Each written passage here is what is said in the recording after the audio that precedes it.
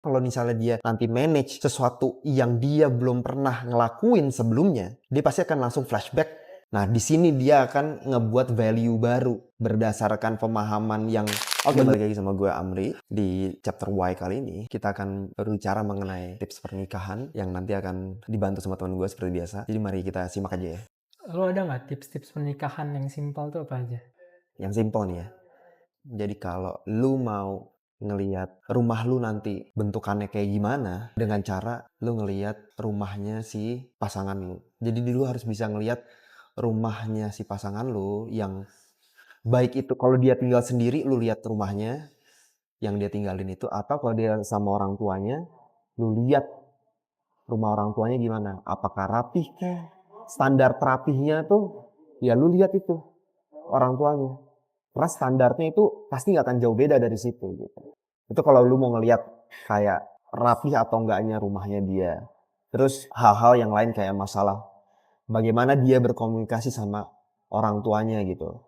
Sejauh mana sih keterbukaan dia sama orang tuanya. Ya itu nanti akan nge-reflect sama hubungan lu nanti waktu lu berumah tangga gitu. Jadi lu bisa nanya sama orang tuanya, kedekatannya tuh kayak gimana sih? Misalnya si calon lu ini dia suka curhat sejauh mana sih kalau dia curhat? Misalnya lu bisa nanya ke ibunya kek, bisa nanya ke bapaknya kek. Sedekat apa sih dia sama orang tuanya? Nanti itu juga bisa akan kelihatan bagaimana dia nanti nge-treat anaknya juga gitu. Nah, nge-treat anaknya itu ya dia bagaimana lu lihat orang tuanya nge-treat dia gitu loh. Bagaimana cara dia berkomunikasi, bagaimana dia nge-treat anaknya ya. Itu akan kelihatan di situ semua gitu loh.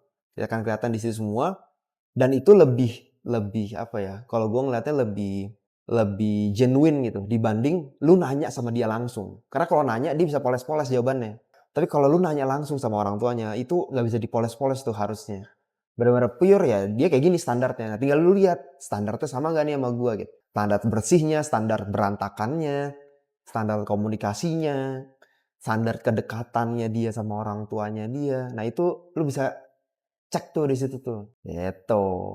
Sama ada lagi sebenarnya lu bisa ngelihat dari temennya gimana dia bergaul, gimana cara dia berkomunikasi sama temennya. Nah itu nanti akan hubungannya bagaimana dia akan ngasih tahu anaknya nanti, anak calon anak lu nanti gitu. Bagaimana dia akan ngajarin anaknya untuk kalau lu berteman, nah dia pasti akan mirroring ke dia sendiri gitu. Gue cara berteman gue begini, dia akan turunin karena menurut dia ini pasti paling benar. Makanya dia akan ngajarin anaknya untuk bergaulnya itu dengan cara seperti dia. Kurang lebih kayak gitu. Misalnya contoh, kayak gue sama pasangan gue kalau kalau nongkrong sukanya apa ya? Sukanya ngopi gitu. Tipe temennya kayak gimana? Oh, tipe temennya yang kalau ngobrolin ini, kalau milih tempat nongkrong juga tempatnya yang seperti ini, cara milih temennya kayak gini. Nah, itu yang nanti akan diturunin tuh sama pasangan lu ke anak lu gitu. Nah itu yang lu harus lihat sama gak nih sama gua value-nya gitu.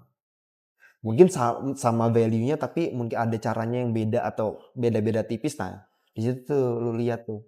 Emang hubungan anak sama orang tua atau pasangan lo sama orang tua nanti, itu pasti akan menggambarkan hubungan lo sama anak nanti? Kalau menurut gua iya.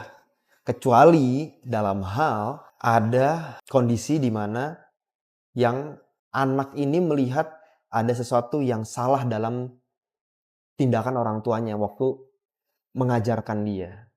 Nah, di sini dia akan ngebuat value baru berdasarkan pemahaman yang menurut dia itu lebih tepat.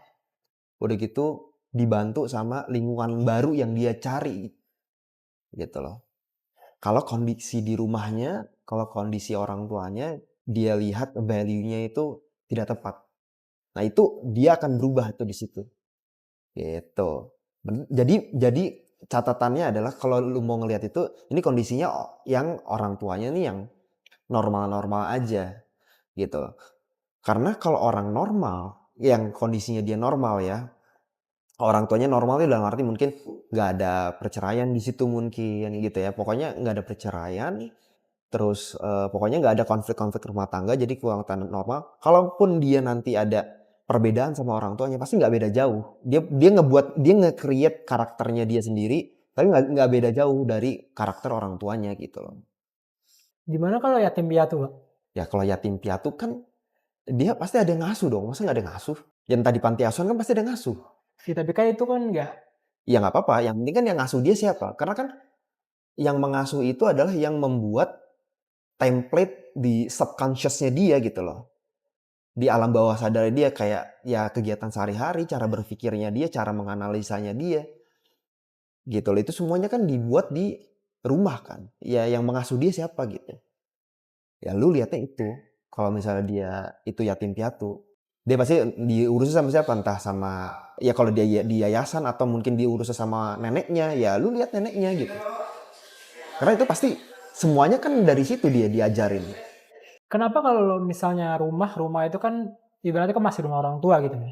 Itu kan hal yang belum jadi tanggung jawab sebagai seorang anak gitu, kayak misalnya yang ngatur pasti kebanyakan orang tuanya. Ya, Kenapa gue nggak lihat hal simpel kayak, kenapa gue nggak boleh lihat dari kamarnya aja gitu, bersih atau enggak, itu kan lebih mencerminkan diri dia sebenarnya. kamarnya dia. Kamarnya sendiri, kamar pribadi, itu kan lebih mencerminkan diri dia dibanding rumah kan. Betul. Cuma permasalahannya gue nggak tahu apakah bisa kita ngelihat sebagai calon ke kamarnya. Karena kayaknya kalau misalnya lu masih calon, ya gue nggak tahu ya. Bisa Pak. Ya gue nggak tahu. Kalau misalnya lu bisa lihat sih ya, gue setuju itu pasti lebih akurat gitu. Cuma kalau menurut gue tetap nggak bisa dipungkiri, lu tetap harus melihat kondisi rumahnya dia yang dikontrol sama atau di manage sama ibunya terutama gitu. Karena kan rumah kan yang pasti yang manage ibu kan. Nah, lu harus ngeliat gimana ibunya manage rumahnya dia. Terlepas dari lu udah bisa lihat kondisi kamarnya dia gitu kan. Tapi tetap rumah itu dia lu harus tahu tuh. Apakah dia dilibatkan dalam kegiatan rumah itu gitu kan. Kegiatan seperti kayak misalnya cuci piring, masak, atau apapun itu gitu. Cuci baju, dia dilibatin nggak misalnya gitu.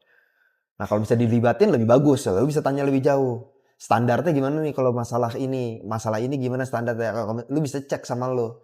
Tapi kalau misalnya nggak sampai situ karena semuanya udah mbak semua, ya minimal lu tau lah kondisi rumahnya yang di manage sama orang tuanya gimana. Karena kalau misalnya dia nanti manage sesuatu yang dia belum pernah ngelakuin sebelumnya, dia pasti akan langsung flashback rumah gue gimana dulu. Dan itu makanya gue bilang itu pasti akan kelihatan dari situ. Dia pasti akan ngeliatnya. Misalnya dia selama ini nggak pernah nyapu gitu misalnya. Kayak gue, emang dulu gue pernah nyapu. Gue kagak pernah Pak. Gue sekali-sekali nyapu itu ya waktu gue udah nikah gitu. Tapi waktu gue mau nyapu, yang standar bersih gue tuh dari mana? Ya standar bersih gue itu ya, gue lihat dulu rumah gue gimana gitu. Sama, bini gue juga gitu. Standar terapinya dia ngeliatnya dari dia. Ternyata kita sama. Kebetulan sama nih. Ya udah. Jadi sesuatu yang lu gak pernah kerjain, lu pasti akan ngelihat itu standarnya dari yang biasa lu lihat gitu. Yaitu rumah lu sendiri. Gitu. Tapi kalau misalnya gue punya cewek nih, terus ya dia nggak biasa nyapu, dia nggak biasanya masak, tapi dia punya keinginan untuk belajar untuk itu. Bagus, ya bagus. Emang harus ada keinginan. Kalau enggak, kalau misalnya lu belum bisa afford mbak gitu gimana? Nah, kalau misalnya bisa sih alhamdulillah. Cuma balik lagi misalnya nih, lu udah afford mbak. Nanti yang kita mau jelasin tuh adalah standar bersihnya dia sama mbaknya. Itu nanti kan akan disinkronize nih sama atau enggak. Nah, istri lu nanti, pasangan lu ini akan melihat standar bersih itu pasti minimal banget dari rumah emaknya gitu.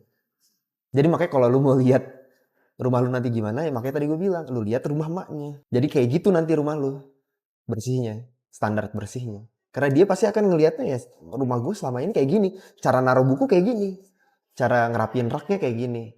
Walaupun dia nggak pernah ngelakuin tapi dia observe kan, dia tahu oh standarnya naruhnya gini. Oh bapak gue kalau naruh sepatu kayak gini, oh kalau naruhnya kayak gini. Nah itu pasti dia ngeliatnya dari situ. Nah nanti kalau misalnya ada mbak pun ya dia akan nyuruhnya kayak gitu.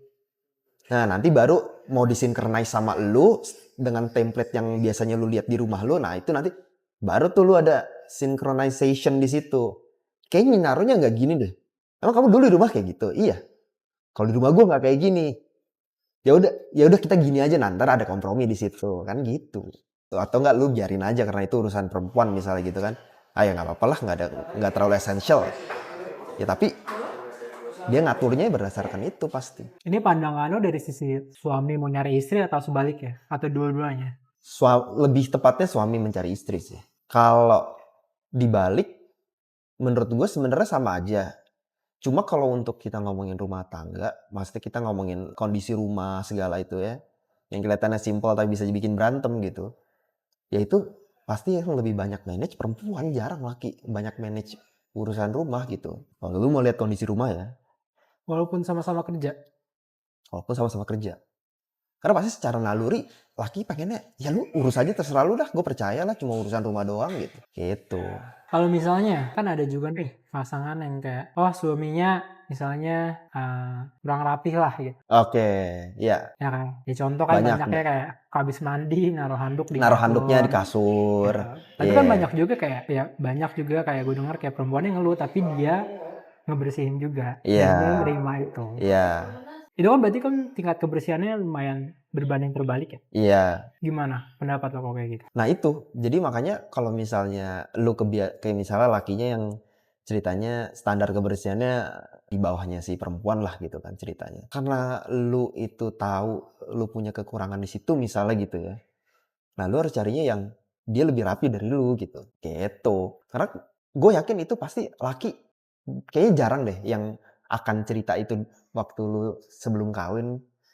Masalah kebiasaan-kebiasaan kayak gitu kayaknya jarang deh bakal cerita. Karena ya itu gue bilang masalah kebiasaan itu gak diceritain di depan biasanya. Jadi ya lu harus carinya yang kalau lu rasa lu gak rapi ya lu carinya pasangan lu yang lebih rapi gitu aja. Karena kalau lu mau rubah gitu ya, gue yakin juga susah kan tahunan kayak gitu. Kalau mau ngerubah biasanya langsung buang handuk di kasur kayak gitu sih tahunan tuh kalau mau rubah. Oke, paling segitu dulu. Semoga tips simple ini bisa sedikit bermanfaat buat kalian. Kalau misalnya ada pendapat lain boleh komen ya.